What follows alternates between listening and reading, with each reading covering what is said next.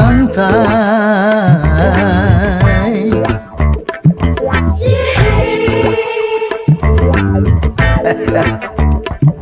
Santai.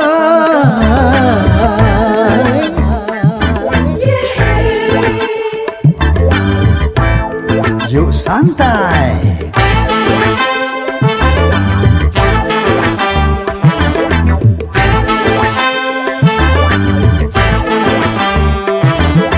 Saraf tegang karena berpikir sehari-hari, otot kejang karena bekerja sehari-hari.